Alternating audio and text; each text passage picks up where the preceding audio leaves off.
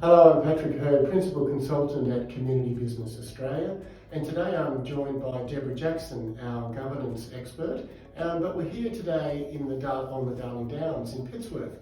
Good morning, Debora. Thank you, Patrick. We're here talking to a group of aged care leaders from a range of rural and regional providers on some really important issues, particularly after the findings that have come forward now from the Royal Commission, as well as the federal budget has been brought down in recent days as well. So Debora, what are you talking about with our providers today? Well, I think one of the key issues here today is around governance and having the right systems in place, understanding your protocols, but also about communication, important communication between the board, the chair, particularly the CEO and management. Sure. Just ensuring that you've got both your framework set up and all the systems underneath that support that process. It seems to me from what's coming out that the government policy in the future and the standards that have been brought out in recent years are really pushing what I call this line of sight between the board and the customer, the consumer, and making sure they fully understand what's happening in terms of quality of care, etc. Would you agree? Absolutely. And look, Standard 8, which is one of the quality standards, talks about that. It's around organisational governance.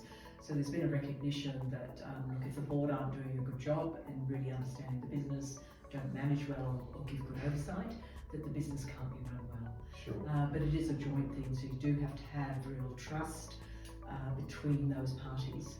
And we've also got to think around that information asymmetry, as I call it, where you have management know what's going on day to day, but boards come in and out, and really if they don't know something or are a bit worried about it, have a concern, they need to ask questions. Yeah. I think the lovely word is around having curiosity. Yeah, Question.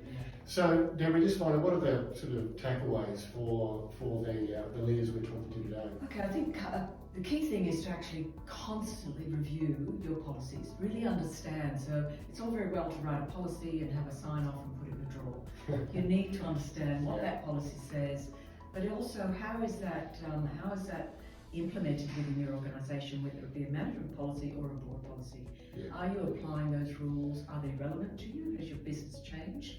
And I think importantly, many organisations, particularly in the aged care space or the community organisation sector, they don't necessarily have those resources in-house. So a good idea is to come to places like Community Business Australia to seek that expert advice, can assist you on a particular project, show you how to implement it and manage it yourself, and then move on. Yeah. Couldn't have said it better myself, Debora. So if you'd like to know more, please contact us at CBA. Thank you.